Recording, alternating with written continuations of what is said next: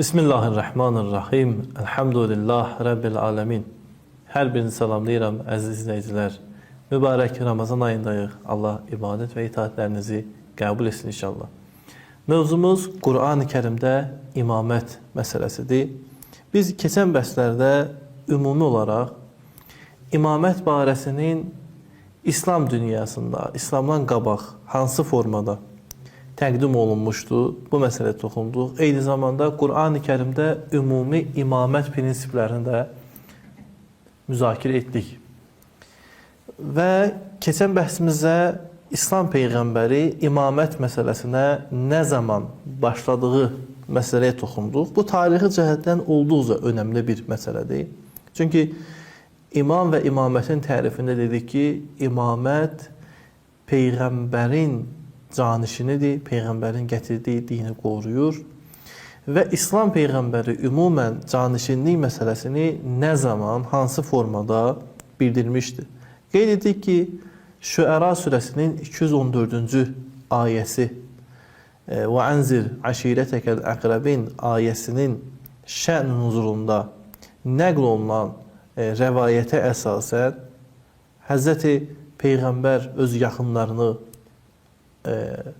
Allahın dininə dəvət edir və özünü rəsul olaraq təqdim etdikdən sonra deyir ki, hər kim mənə bu işdə kömək etsə, o mənim xəlifəm və qardaşımdır.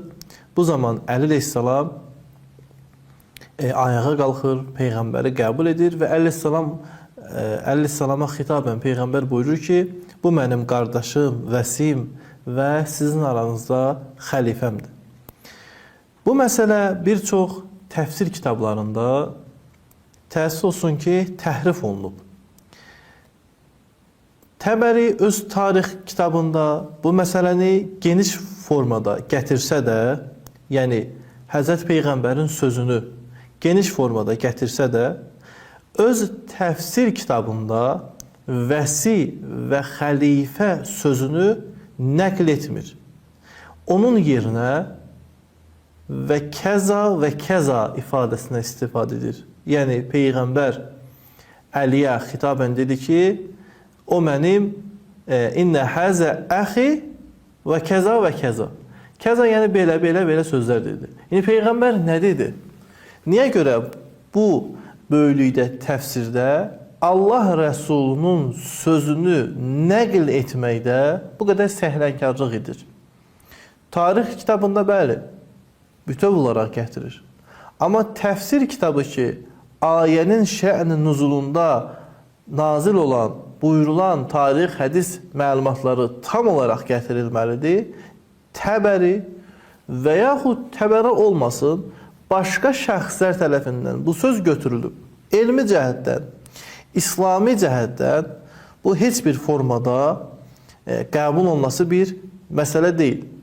Bu iş növbəti tarixçilərin də qəbul etdiyi bir metoddur. Məsələn, İbn Kəsir tarix kitabının müəllifidir. Əl-Bidayə və Nəhəyə kitabının müəllifidir.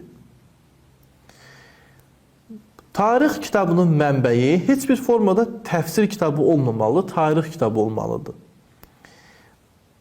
Bu tarix kitabında bu hədisin mətnini tarixdən deyil, təfsirdən götürür. Yenə deyir ki, Peyğəmbər əleyhissalama xitabən dedi, innə həzə əxi və kəza və kəza. Yəni, bu elmi cəhətdən heç bir formada qəbul olunması bir məsələ deyil. Yəni, mən tarix kitabı yazıramsa, mənim istifadə etdiyim əsas mənbə tarixdir. Sən niyə Təbərinin tarixindən deyil, Təbərinin təfsirindən gətirirsən? Və yaxud özünü ziyalı adlandıran Misirli alimlərdən biri Məhəmməd Hüseyin özünün Məhəmməd Peyğəmbərin Həyatı adlı kitabında ilk olaraq bu hədisin birinci hissəsini gətirir. İkinci, növbəti nəşrlərdə ümumən bu məsələləri gətirmir. Sual budur. Yəni, bir insan və ənzir əşirətəkəl əqrəbin ayəsinin şən nuzulunda nəql olunan bu hədisi gördükdə nə düşünür ki, bu müəlliflər bu hədisi gətirməyib burada? Təbii olaraq bunu düşünür ki, Allah Rəsulu öz risalətini təqdim edərkən öz canişinini də təqdim etmişdi. Bu canişini kimdir? Əli ibn Əbi Talib. Bu çıxarış olduğu üçün və istəmirlər insanlar, müəyyən şəxslər bu çıxarışı etsin, hədisi ya ümumən gətirməyiblər, ya hədisi naqis gətiriblər. Deməli, sağlam, ağıllı bir insan, düşüncəli bir insan bu hədisi oxuyarsa, belə bir nəticəyə gələcək ki, bəli, Peyğəmbər, digər Peyğəmbərlər kimi risalətinin ilk dönəmində canişinlik məsələsini insanlara təqdim etmiş və öz canişinini tanıtmışdı. Çünki bu çıxarış olmasaydı, hədisi bu formada gizlətməyə çalışmazdılar. Hədisi digər formalardan, yəni sənəd cəhətdən, dəlalət cəhətdən gizlətməyə çalışan alimlərdən də biri heç şübhəsiz İbn Teymiyyədir. İbn Teymiyyə özünün Minhac-ı Sünnə əsərində çalışır bu hədis barəsində müxtəlif fərziyyələri irəli sürsün. Ya bir dəfə hədisin sual altına almaq istəyir, ya bir dəfə hədisin dəlalətini sual altına almaq istəyir. Amma bunların heç bir nə müvəffəq ola bilmir və belə bir fərzi sual ünvanlayır. O fərzi sual da budur ki, Peyğəmbər orada olan insanların hamısına xitabən demişdi ki, sizlərdən kim mənim dinimi qəbul etsə, mənə kömək etsə, o mənim xəlifəm olacaq. O deyir ki, İbn Teymiyyə deyir ki, indi orada 40 nəfər var idi fərzən. 40 nəfərin hamısı qəbul etsəydi ki, bəli, ya Peyğəmbər, biz səni qəbul edirik. Onların hamısı imam olacaqdı. Və yaxud, əgər imam Allah tərəfindən təyin olunursa, niyə Peyğəmbər ümumi onlara deyir ki, sizlərdən kim mənə kömək etsə, o mənim xəlifəm olacaq?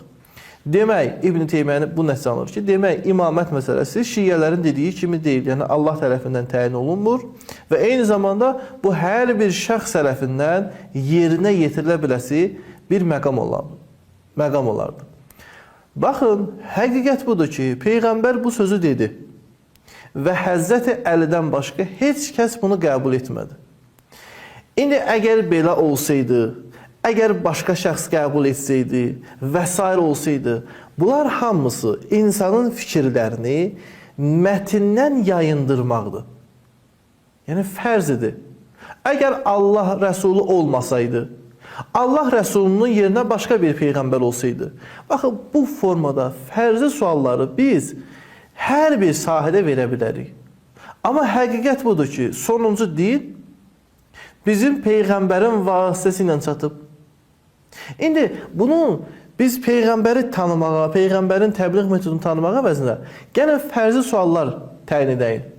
Əgər bizim Peyğəmbərin yerinə başqa bir Peyğəmbər gəlsin, necə olacaqdı? Başqa millətdən çıx. Baxın, bunlar hamısı insanları o əsl həqiqətdən yayındırmaq üçündür. Sadə cavab budur ki, Peyğəmbər bilirdi zaten. Və onlar da bilirdi Peyğəmbər hansı köməyi nəzərdə tutur. Ona görə onların bir çoxu Peyğəmbərə kömək etdiyi halda, yəni zahirən, bu imamət məqamını qəbul etməmiş və yalnız bu məsələni Həzrəti Əleyhisselam qəbul etmişdi. Hər bir halda nəticə olaraq bunu deyirəm ki, İslam dünyasında imamət məsələsi Həzrəti Peyğəmbər tərəfindən və tam olaraq öz risalətini təqdim etdiyi vaxtda ortaya çıxan bir məsələdir. Necə ki, digər Peyğəmbərlərdə bu məsələ öz zamanlarında olmuşdu, İslam dünyasında da bu məsələ tam olaraq Peyğəmbərin zamanında ortaya çıxmış bir məsələ idi. Bu barədə Qurandan açıq-aydın dəlil varmı, yoxsa yox? İnşallah gələn müzakirələrdə siz əzizlərlə bəhs edəcəyik. Əssalamu aleykum və rəhmətullahi və bərəkətuhu.